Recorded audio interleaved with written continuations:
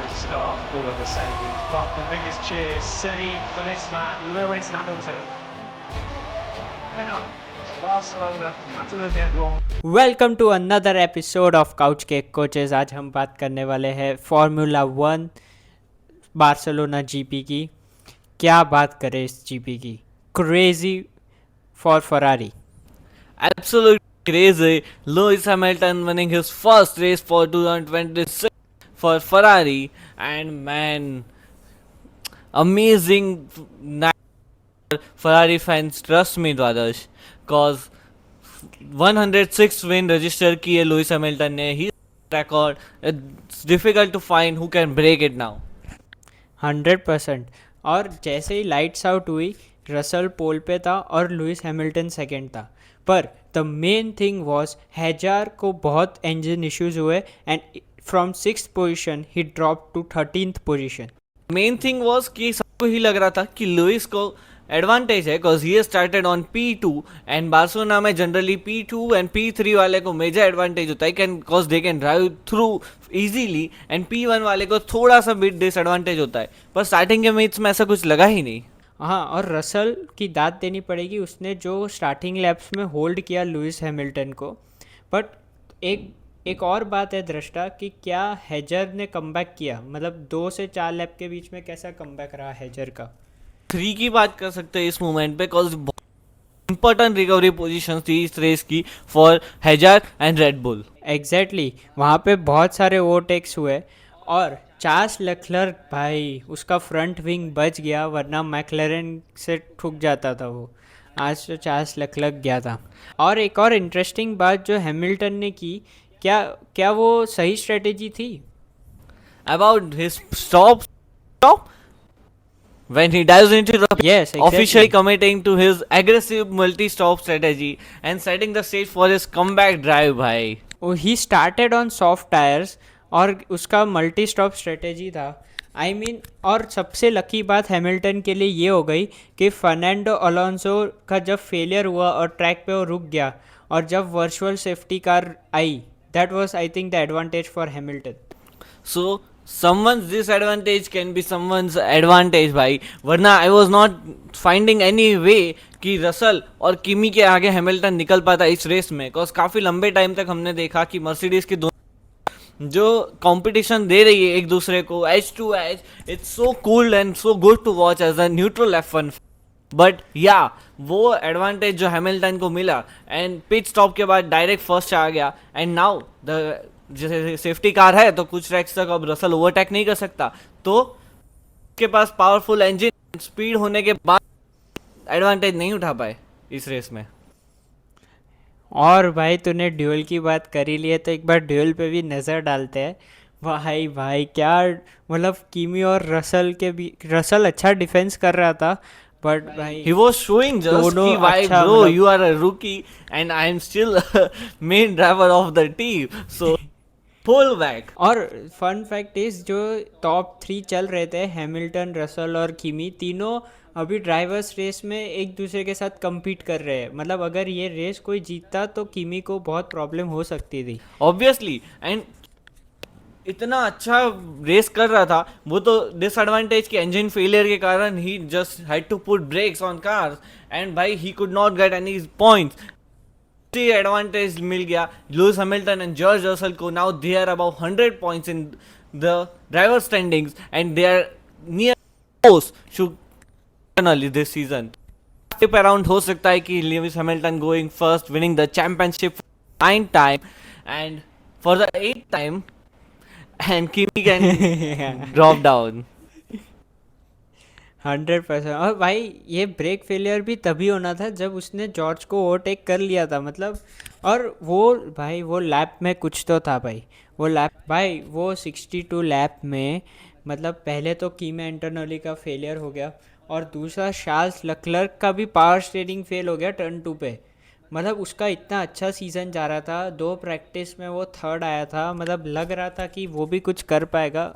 Charles Leclerc last 3 race finish नहीं कर पाया। That's a sad thing for his fans, cause भाई उसके फैंस काफी हैप्पी थे। He is a favourite kid of the, अभी कॉन्ट्रैक्ट रिन्यू किया एंड लास्ट 3 रेस वो फिनिश नहीं कर पाया। इंजन में या कहीं ना कुछ क्रैश इश्यू आ जाता है। तो स्टार्टिंग में जो पोडियम फिनिशेस हो रही थी, अभी भी he is fourth on the driver standing. अब लास्ट से जो ऐसा हो रहा है कि कुछ तो हो गया है, नजर लग गई है, कुछ काला जादू हो गया है, कुछ something is happened with luck.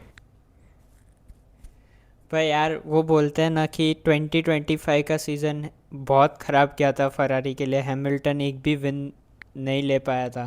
And this time Hamilton finishes of in style 66 lap की ग्रैंड प्री एंड हैमिल्टन की 106th career victory. And what a win from Hamilton. भाई जो हैमिल्टन फैन और दिल से मैं भी इतना खुश हुआ था ना उस विक्ट्री के बाद। एंड वो आइकॉनिक फोटो मोमेंट भाई, जब रेस वो अनाउंसमेंट के बाद run towards his Ferrari team for and smart pitches, it was an amazing moment from a. और भाई क्या ही मोमेंट। पर यार मैक्स के लिए भी बुरा लग रहा है यार, वो फोर्थ हो गया। वरना पर मैक्स को I think so last 2 car race से वो अपनी रेस फिनिश तो कर पा रहा है एटलीस्ट से, शायद से की कार में कुछ चेंजेस हुए हैं, रेडबुल ने कुछ अपग्रेड लाए हैं। बिकॉज पहले तो ऐसा लगता था कि वो फिनिश ही नहीं हो पा रही, क्रैश हो जा रही है, बट इस बार he got finish on the 4th। So keep hopes high Max fans, Red Bull fans, कि नेक्स्ट रेस में वो पोडियम पे होगा। और जबकि रेडबुल का बेस्ट इंजन है, मतलब अभी वो अपग्रेड भी नहीं कर सकते उनका इंजन। बट यार McLaren, Lando Norris on third, I mean that is something which people wanted. I would say हुआ नहीं Dadash, था बहुत टाइम से। it was a good race whole McLaren team and fans, cause Oscar Piastri finished fifth and Lando Norris finishing on third। दोनों drivers अच्छे points ले गए, team को अच्छे पॉइंट्स मिला। It was a good win and good race for the team. तो यार अब थोड़ा स्ट्रेटेजिक बैटल देख लेते हैं। क्या मतलब क्या ये सही डिसीजन था फरारी का कि वो मीडियम हार्ड 3 स्टॉप स्ट्रेटेजी करेंगे, या मर्सिडीज का स्ट्रेटेजी ज़्यादा सही लगा? एक्चुअली आई वुड से कि Ferrari just correctly Gamble the track conditions and favourably उनके जो 3 स्टॉप अप्रोच था ना वो उनको हेल्प कर गया। हाँ मतलब क्योंकि देख, जैसे हैमिल्टन ने स्टार्टिंग में सॉफ्ट टायर्स लिए तो वो लोग का गोल था कि अगर वो बीट कर लेते, मतलब वो लीड ले लेता है जॉर्ज रसल से, तो वो एडवांटेज होता है। पर वो हुआ नहीं। पर फिर इनिशियली फाइट लिया, फिर लेफ्ट 12 में हार्ड टायर्स पे चला गया and then on medium tyres. I think वो जो गैप था ना, वो चेंजेस थोड़े हेल्प कर गए हैमिल्टन को। और वर्चुअल सेफ्टी कार पे जब उसका पीट हुआ और उसने हार्ड टायर्स लिया, तो फ्रेश टायर्स से एडवांटेज मिल गया और वो लोग एंड एडवांटेज मतलब you would say it was just cheap 2.8 second pit stop. And भाई किसी के पास वो फ्रेश टायर्स नहीं थे, किसी के पास वो बिल्कुल भी भाई एडवांटेज नहीं था, कोई पिट स्टॉप नहीं किया। अगर करते तो वो टॉप 3 भी शायद से मिस कर पाते। तो भाई क्या master stroke I would say from the team Ferrari and Lewis Hamilton for this pit stop से।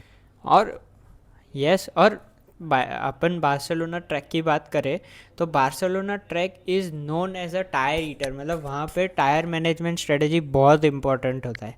तो एक बार देख लेते हैं बार्सिलोना ट्रैक को, how it is notoriously brutal for the tyres. So basically in Barcelona we we talk about sector 1 हमेशा feature करता है टर्न 3 पे, और massively long high speed right hand sweeping corner है वहाँ पे। एंड ड्राइवर्स बहुत ज़्यादा लोड ले लेते हैं उनके वहाँ पे कार्स, एंड जो फ्रंट लेफ्ट टायर्स जो हीट पकड़ता है, it gets so extreme energy भाई ऑफ द कार। एग्जैक्टली और ये ट्रैक को ऐसे बोला जाता है कि ये हाई डिग्रेडेशन रेस मानी जाती है, कि जिसमें वेदर भी एक इम्पॉर्टेंट रोल प्ले करता है और ट्रैक भी, जिसमें टायर्स बहुत जल्दी वो करते हैं, टेयर आउट करते हैं। और एक वो भी बात है कि एक टर्न है जिस शिनन को रिमूव कर दिया सेक्टर 3 में से, जिससे आपको सेक्टर 3 में एक स्ट्रेट मिलता है। तो वहाँ पे अगर जो हाई स्पीड राइट हैंडर्स होते हैं उनको लीड करने का मौका मिलता है। एंड ट्रैक हमेशा रिक्वायर करता है ये वाला कि हाई डाउनफोर्स सेटअप हो एंड एकदम से स्टिक करे फास्ट कॉर्नर्स पे, तो उसको बैलेंस मिल रहा है, वरना बैलेंस लूज कर जाएगी वहाँ पे। हाँ, और यही चेंज की वजह से यहाँ पे बहुत लोड पड़ता है और left side of the car पूरी तरीके से वनरेबल हो जाता है, जिससे बहुत सारे इंजन फेलियर्स या ट्रैक मतलब इन एक्सीडेंट्स का चांस बढ़ जाता है। इसलिए ये ट्रैक पे डिमांड करते हैं कि हाई डाउन फोर्स वाली गाड़ी हो और फास्ट कॉर्नर्स में एरोडायनेमिकली स्टेबल कार्स ही वर्क करती है। सैडली मार्टिन भाई, मतलब आई हर्ड कि before this race Aston Martin में ये एलोंसो की last race year, I think so, and after this year he gonna retire. That is very sad भाई, क्योंकि Alonso is a legend of the F1। उसका एक era था पर अभी वो नहीं है। So let's see how the Austrian grand pre works, क्योंकि उसको एक रेड बुल ग्रांड प्री भी बोला जाता है। रेड बुल रिंग में होती है वो ग्रांड प्री। तो इंटरेस्टिंग होगा वो देखना भी कि हाउ रेड कौन सी टीम सबसे ज़्यादा फाइट बैक करती है। एक बार फाइनल रिजल्ट्स देख लेते हैं कंस्ट्रक्शन चैम्पियनशिप के और standings. Lewis Hamilton obviously finishing on first. On the podium we have other two drivers with George Russell, Lando Norris. तो फिर fourth position of course max Verstappen को आती है, फिर ऑस्कर पियास्त्री, आइजैक हजार, पियर गैसली। So 8th position goes for Lawson. 9th is Arvid Lindback, Bharat का मुंडा. And yeah, for 10th and the last we have Alpine car with Calapinto. Yes, I think a bad race for Carlos Sainz and Charles Leclerc. Maybe they could have tried better. And दोनों Aston Martin का इस बार DNF में गई है भाई। सो अब एक बार देख लेते हैं फाइनल वीडियो को एंड आउट करने से पहले ड्राइवर स्टैंडिंग्स क्या है अब तक के half of the season F1 की। भाई एंटोनली ऑलवेज फर्स्ट 156 पॉइंट्स के साथ है, पर Lewis Hamilton right behind him. What a comeback from that guy. Hamilton 115 points है और रसल 106 पॉइंट्स है। मतलब अगर ये सीज़न में किमी थोड़ा सा भी लड़खड़ाया तो दोनों के पास चांस रहेगा कमबैक करने का। एंड बहुत ही अच्छा चांस रहेगा दोनों ही ब्रिटिश ड्राइवर के पास कि वो चैंपियनशिप सीजन पे। यस, और अभी कंस्ट्रक्शन चैम्पियनशिप पे आ जाते हैं। कंस्ट्रक्शन चैम्पियनशिप पे मर्सिडीज़ लीड कर रहा है, उसके बाद फरारी है और फिर मैक्लेरन है। तो यहाँ पे टॉप कंपटीशन है, बाकी तो कोई कंपटीशन में भी नहीं है। बिल्कुल नहीं है भाई, रेड बुल तो बहुत अच्छे बार। And being a Ferrari fan तो नहीं बोलूँगा, बट यार fan of Lewis Hamilton, so happy for him भाई। क्या रेस रही है, बहुत मेमोरेबल रेस है। एंड यस, विनिंग इस बार चैंपियनशिप जीत जाए भाई अपनी। एंड इसी के साथ ending, wishing him so many lux. और मिलते हैं हम ऑस्ट्रेलियन ग्रैंड प्री में। तब तक लाइक कर देना, सब्सक्राइब कर देना और कम्युनिटी ज्वाइन करो यार। फॉर द फन क्योस भाई, फन क्योस क्योस बहुत ही होता है हमारे ग्रुप्स में। सो F1 कम्युनिटी ज्वाइन करो, लिंक दी है डिस्क्रिप्शन में। And yeah see you guys in the next video. Thank you for watching. Bye bye.